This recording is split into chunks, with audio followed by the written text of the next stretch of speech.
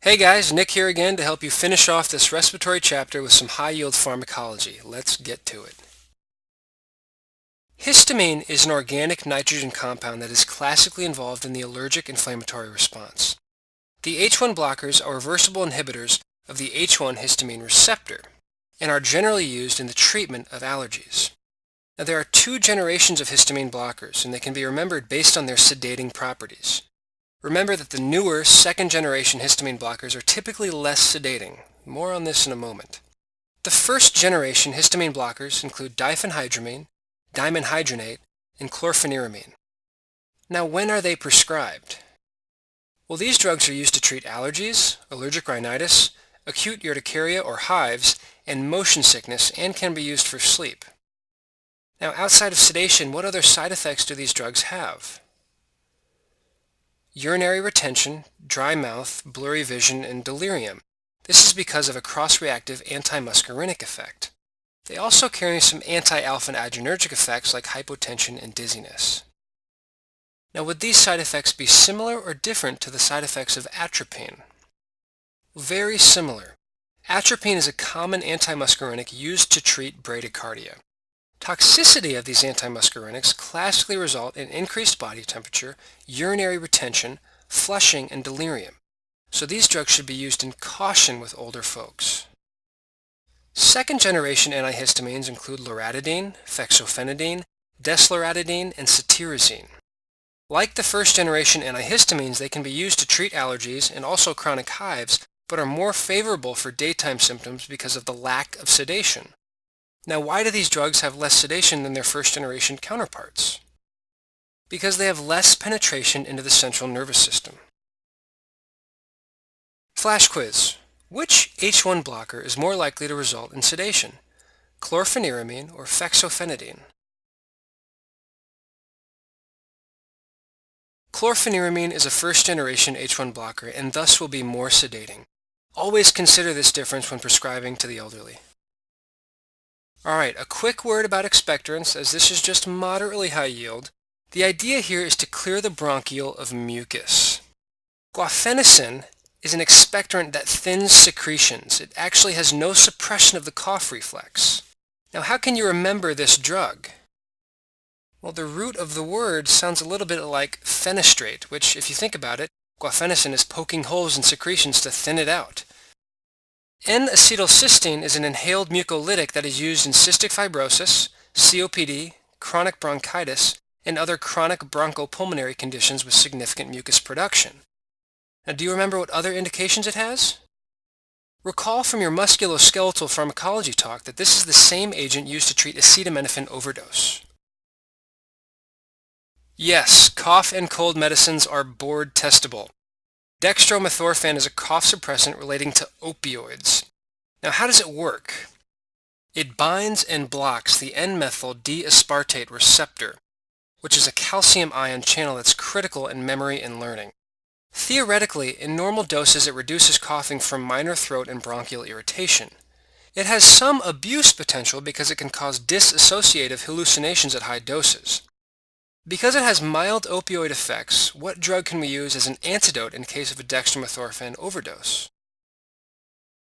Correct, naloxone. Flash quiz. What is the mechanism of action of guafenicin? It thins secretions. Pseudoephedrine and phenylephrine are also commonly used in cold and allergy over-the-counter drugs as nasal decongestants. Now, do you know what causes the feeling of nasal congestion? Vasodilation of blood vessels of the nasal mucosa. Now, these drugs basically act as alpha-adrenergic vasoconstrictors to decrease nasal tissue swelling and congestion. They can be used in both pill form and as a nasal spray, but be careful that with prolonged use of topical decongestants, a peculiar side effect can occur. Do you remember the name of this side effect? It's called rhinitis medicamentosa, and it's a condition characterized by rebound nasal congestion that occurs after prolonged topical decongestant use. In addition to hypertension, tachycardia, palpitation, and stimulant side effects, what else do you have to worry about? Recreation drug abuse and pseudoephedrine, but not phenylephrine, can easily be reduced to methamphetamine in a meth lab. Pulmonary hypertension is a type of blood pressure disorder affecting the arteries coming from the right side of the heart into the lungs. Pulmonary capillaries are narrowed, making it harder for blood to flow through the lungs. The drugs used to treat this disorder are new and up and coming, but are still very board testable. The first class of medications used to treat this disorder is the endothelin receptor antagonists. Bosentan is the main drug used in this class and is specifically used to treat primary pulmonary hypertension. Bosentan works by competitively inhibiting the endothelin-1 receptor and thus decreases pulmonary vascular resistance. The next drug in this class is the phosphodiesterase 5 inhibitors. You might recall these drugs from your reproductive chapter readings because this drug class can also be used to treat erectile dysfunction. Do you remember the name of the primary drug used? Sildenafil, or what we all know as Viagra. Sildenafil prolongs the vasodilatory effect of nitric oxide in the blood vessels. The last class of drugs known to treat pulmonary hypertension is the prostacyclin analogs. PGI2 inhibits platelet aggregation and has a direct vasodilatory effect on the vasculature. Can you recall from the musculoskeletal pharm section which molecule directly opposes the action of PGI2? Correct, thromboxane A2. There are numerous classes of medications used to treat asthma, which could truly be a series of lectures in and of itself. However, understanding the basic underlying pathology involved in asthma exacerbations, as well as the mechanisms of various drugs to treat and prevent asthma, should make remembering the medications easier. Now, what is bronchoconstriction mediated by? Inflammation and parasympathetic tone. Therefore, some of the asthma medications target each of these pathways. Let's start with the parasympathetic pathways. Now, how is ATP converted to cyclic AMP? Adenylyl cyclase. And what mediates cyclic AMP conversion to AMP? Phosphodiesterase. This pathway is going to help you out a lot when you think of some of the asthma drugs. Beta-2 agonists relax bronchial smooth muscles. Ultimately, it increases cyclic AMP levels, lowers intracellular calcium levels, and causes smooth muscle relaxation and bronchodilation. Go back to the musculoskeletal section for a complete review of smooth muscle contraction and relaxation if you're feeling rusty. For acute attacks, albuterol is a good beta-2 agonist to start with. Long-acting beta agonists, or LABAs, like salmeterol and formoterol, have the same mechanism of action but last longer, so they are used with a steroid and a combination inhaler for asthma control. When could you use long-acting beta agonists alone? Well, they can be used by themselves in diseases with less inflammation, such as COPD. Theophylline is a methylxanthine that is used to treat both asthma and COPD. The mechanism of action is likely due to its inhibition of phosphodiesterase. Thus, you get decreased breakdown of cyclic AMP and then bronchodilation. Do you see how cyclic AMP is really the key to smooth muscle relaxation? Beta-2 agonists increase it by increasing production, and theophylline increases it by decreasing utilization. So what are the downsides of theophylline? Well, for one, it has a narrow therapeutic index. It has some nasty side effects including nausea, vomiting, arrhythmias, and seizures. It's metabolized in the liver by the cytochrome P450 enzyme, and therefore it interacts with a number of drugs like cimetidine and phenytoin. Theophylline and other methylxanthines like caffeine can block adenosine since they bind at the adenosine receptor as non-selective antagonists. Now, what's the clinical consequence of this? If you're using adenosine to break a tachyarrhythmia and your patient is on theophylline, it may not work unless you up the dose. So because of these headaches, we don't really use theophylline as much anymore, but they sure do make great board questions. Ipratropium competitively blocks muscarinic receptors, and it's used to treat COPD and asthma. Tiotropium is a new, longer-acting muscarinic receptor antagonist for COPD, and it mainly binds with the M3 muscarinic receptor. Okay, let's move on to another pathway of asthma, inflammation. Inhaled steroids like beclomethasone and fluticasone are first-line therapy for persistent asthma, especially when patients experience asthma symptoms more than a few times each week. They work by dampening the production of all cytokines, especially NF-kappa beta. Oral steroids like prednisone are used to treat acute exacerbations that are not reversed with short-acting beta agonists. What are the long-term side effects of chronic steroid use? If you don't know the answer, you can pause this and check out Cushing's syndrome in the endocrine lecture. Then there are anti-leukotrienes. Xyleutin inhibits the 5-lipoxygenase pathway. Is this upstream or downstream from the leukotrienes? As you'll recall from the musculoskeletal pharm section, xyleutin is upstream, preventing formation of leukotriene C4, then D4, and finally E4.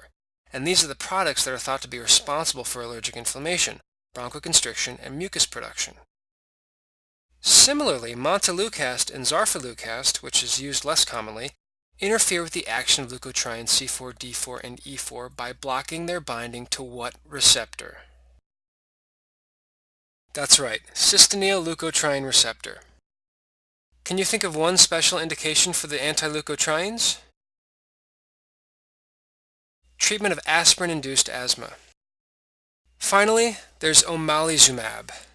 So what is it and how does it work? This is a monoclonal IgG antibody against IgE.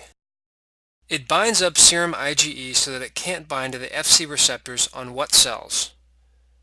Correct, mast cells and basophils. Therefore, the IgE can't bind antigen and cross-link to cause mast cell and basophil degranulation. It's used in patients with moderate to severe persistent allergic asthma who fail treatment with inhaled steroids and long-acting beta agonists. Here's a summary slide to help you keep the asthma drugs straight. Pause here and make sure you recognize each of these drugs.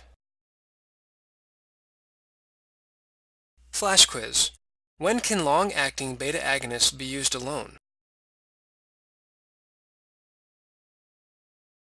In COPD. Methacholine is an acetylcholine analog and a non-selective muscarinic receptor agonist that really has no practical therapeutic application. Instead, we use inhaled methacholine to diagnose bronchial hyperresponsiveness, which we see in asthma and to a lesser extent in COPD. If the FEV1 drops by 20% or more with an inhaled methacholine concentration of 4 mg or less, then that is considered a positive test for airway hyperreactivity. Here's the methacholine challenge for a 63-year-old white female non-smoker with shortness of breath. On the x-axis, you can see the methacholine dosing concentration. You can see that her FEV1 clearly drops by greater than 20% from baseline when she reaches 1 mg, which would make this a positive test. So how are these results of the methacholine bronchial challenge test helpful? Well, this test is pretty sensitive. Remember the mnemonic SNOUT from the biostats? This means a sensitive test is used to rule out. So if it's negative, it's essentially ruling out asthma. But it's not very specific. The mnemonic there is SPIN, meaning that a specific test is used to rule in a disease.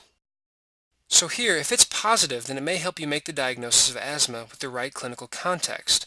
But you have to worry about false positives because other conditions can give you a positive test like smoking, upper respiratory infections, allergic rhinitis, and GERD. Let's finish up with a board-style question. A 25-year-old woman with a history of asthma is brought to the emergency department by emergency medical services after ingesting a full bottle of theophylline in a suicide attempt. At presentation, she is having a tonic-clonic seizure, is hypotensive to 80/40, is tachycardic to 160, and is tachypnic to 30. The EMS personnel report that she has been seizing for at least 15 minutes. What is the mechanism of action of the most appropriate drug to counteract her intoxication? The answer is B, decreasing intracellular cyclic AMP. The drug theophylline is a phosphodiesterase inhibitor that leads to decreased hydrolysis of cAMP to adenosine monophosphate.